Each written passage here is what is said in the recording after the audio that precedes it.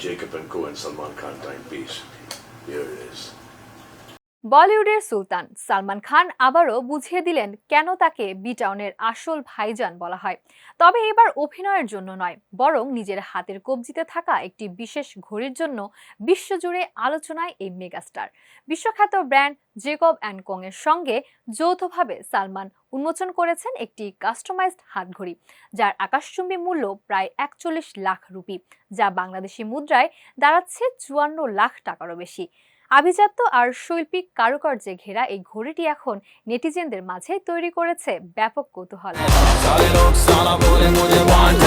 ঘড়িটির ছবি শেয়ার করে সালমান জানিয়েছেন, এটি কেবল সময় দেখার যন্ত্র নয়, বরং তার জীবনের বৈচিত্র্যময় পথচলার এক শৈল্পিক প্রতিফলন। বিশেষ এই ঘড়িতে রয়েছে দুটি ঘূর্ণায়মান গ্লোব, যা ভিন্ন ভিন্ন দেশের সময় অঞ্চলগুলোকে ফুটিয়ে তুলেছে।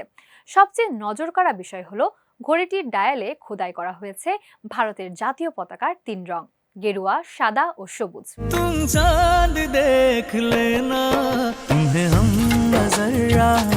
জানা গেছে এই ঘড়ির নকশায় বাবা ছেলের সম্পর্কের একটি আবেগঘন গল্প অনুপ্রেরণা হিসেবে কাজ করেছে, যা সালমান খানের পারিবারিক মূল্যবোধের সঙ্গে মিলে যায়।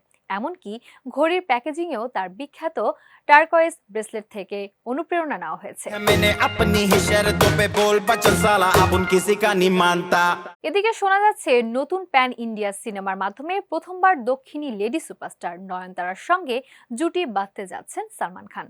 পরিচালক বংশী পাইদিওপল্লীর এই অ্যাকশন থ্রিলার সিনেমার শুটিং এপ্রিলের পরে শুরু হতে পারে বলে জানা গেছে। সিনেমাটি প্রযোজনা করছেন দিল রাজু। धीरे धीरे चुपके से चोरी चोरी होने इंतजार मुझे तेरा।